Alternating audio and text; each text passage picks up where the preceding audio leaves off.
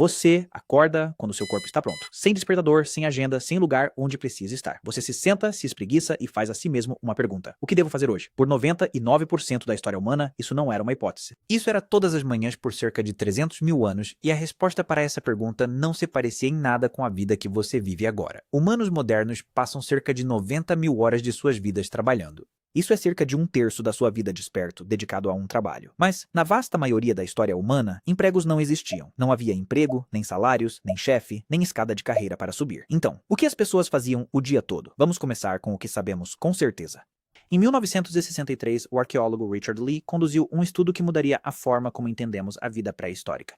Ele acompanhou as atividades diárias do povo Chonju-Hoan em Botsuana, um dos poucos grupos restantes que ainda vivem de uma forma que lembra a vida humana pré-agrícola. Ele descobriu que os adultos passavam cerca de 2,5 dias por semana adquirindo comida. Isso é aproximadamente 17 horas. O resto do tempo, eles faziam o que queriam. E aqui está a parte importante. Esse padrão aparece onde quer que os antropólogos olhem. Os Hadza na Tanzânia, os Ashi no Paraguai, os Martu na Austrália. Ambientes completamente diferentes, continentes diferentes, mesmo resultado. Cerca de 15 a 20 horas por semana gastas em atividades de sobrevivência. Para contextualizar, você provavelmente trabalha o dobro disso. Agora, alguns de vocês estão pensando, mas essas são pessoas modernas.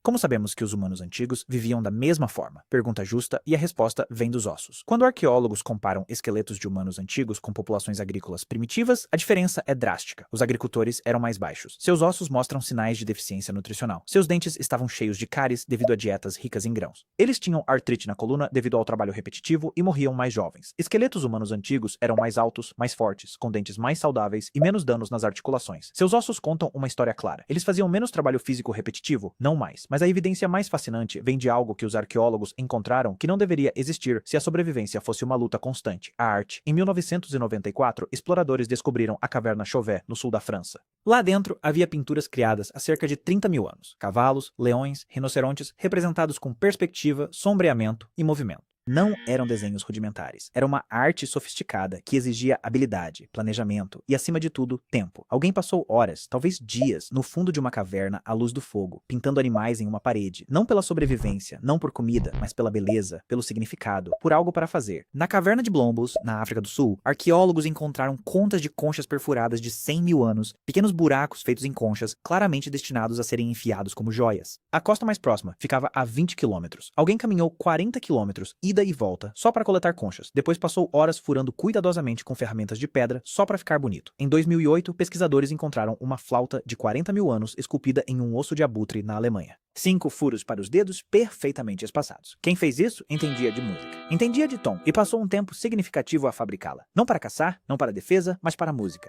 Estes não são achados isolados. Por toda a Europa, África e Ásia, sítios arqueológicos de 100 mil anos atrás em diante estão repletos de evidências de objetos decorativos, ferramentas cuidadosamente elaboradas muito mais complexas do que o necessário para a sobrevivência e itens que exigiram horas de trabalho focados sem nenhum benefício prático imediato. É isso que as pessoas faziam quando não estavam buscando comida. Elas criavam, elas decoravam, elas tornavam as coisas belas. Então, vamos reconstruir um dia. Você acorda ao amanhecer.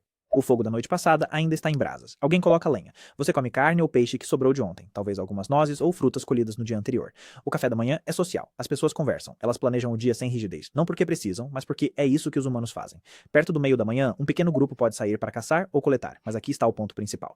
Você não vai todos os dias. Se a caça foi bem sucedida 2 dias atrás e há comida estocada, talvez você nem saia do acampamento.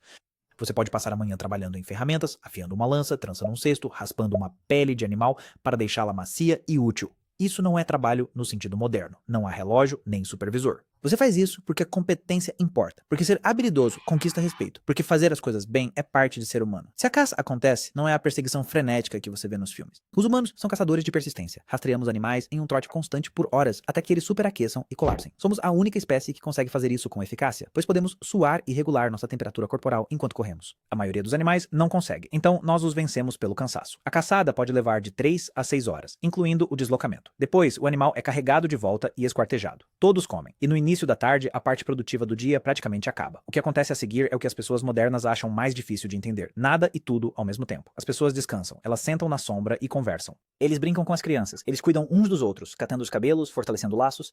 Eles fazem joias com conchas, contas ou dentes de animais. Esculpem desenhos em ossos ou pedras. Eles tiram sonecas. O antropólogo James Sussman documentou que, entre os Zhu-Hoan, os adultos passam cerca de 6 horas por dia no que ele chamou de tempo social. Sem trabalhar, sem dormir, apenas estando com outras pessoas pessoas, conversando, rindo, contando piadas. Porque em um mundo sem dinheiro, polícia ou contratos escritos, sua sobrevivência depende inteiramente de seus relacionamentos. Se as pessoas não gostam de você, elas não precisam compartilhar comida quando você está com fome. Então, você investe uma enorme quantidade de tempo nesses laços. Não porque seja produtivo, mas porque é assim que os humanos permanecem humanos. Então, o sol se põe, e é quando algo notável acontece. Em 2014, a antropóloga Polly Weisner analisou centenas de horas de gravações de conversas dos Zhu Huan. Durante o dia, as conversas eram práticas. Quem viu rastros de animais onde? Quais plantas estavam prontas para a colheita? Reclamações sobre alguém que não divide de forma justa. Mas à noite, ao redor da fogueira, 81% das conversas mudavam para histórias, mitos sobre como o mundo começou, contos de ancestrais que faziam coisas impossíveis, piadas que faziam todos rir, aventuras de lugares distantes. Weisner argumentou que foi aqui que a cultura humana realmente nasceu. Deuses, espíritos, o passado, o futuro, coisas em que só se pensa quando se está de barriga cheia e em segurança. E as pessoas não dormiam e permaneciam dormindo como você faz agora. Registros históricos da Europa medieval e estudos do sono da década de 90 confirmaram que, antes da luz artificial, os humanos dormiam em duas fases. Primeiro, dormiam por cerca de 4 horas, seguidas de um período de vigília de 1 a 2 horas na escuridão total. Depois, um segundo sono de mais 4 horas. Então, eis como era um dia completo. Cerca de 4 a 6 horas garantindo comida ou fabricando ferramentas. Cerca de 6 horas em interação social, contando histórias, higiene, brincadeiras. Cerca de 8 horas dormindo em duas fases separadas. E o resto, descansando, sentado, observando as nuvens, sem fazer nada em particular, existindo sem precisar justificar sua existência através da produtividade. Então, há cerca de 10 mil anos, algo mudou. Humanos no Crescente Fértil começaram a plantar sementes e domesticar animais. Agricultura. E a agricultura é uma armadilha. Assim que você começa a cultivar, pode alimentar mais pessoas.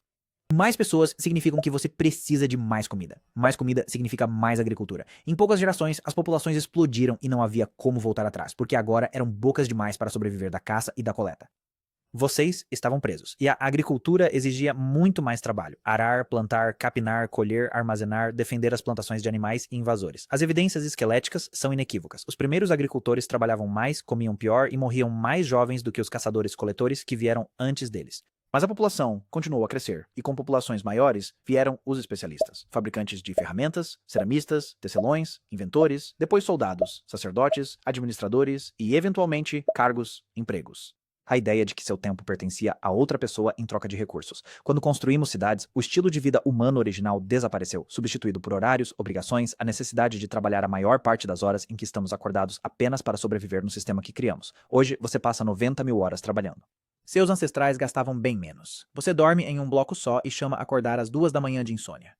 Eles dormiam em duas fases e usavam as horas do meio para refletir. Você passa a vida perseguindo uma ilusão de grandeza, conquistas, riqueza e sucesso por padrões que a sociedade inventou. Eles acordavam todas as manhãs já livres, já completos e em paz, sem nada a provar a ninguém. Eles não precisavam se tornar bem-sucedidos. Eles já viviam a vida pela qual você trabalha a existência inteira para poder se aposentar. Você faz arte se encontrar tempo depois do trabalho. Eles faziam arte porque tinham tempo. E é isso que os humanos fazem. Não somos uma espécie diferente, mas vivemos de forma tão distinta de como os humanos viveram por 99% da nossa existência que poderíamos muito bem ser. Trocamos a liberdade pela segurança alimentar, o lazer pelo crescimento populacional, o tempo pela produtividade e a maioria de nós não faz ideia do que abriu mão porque nunca soube que isso existia.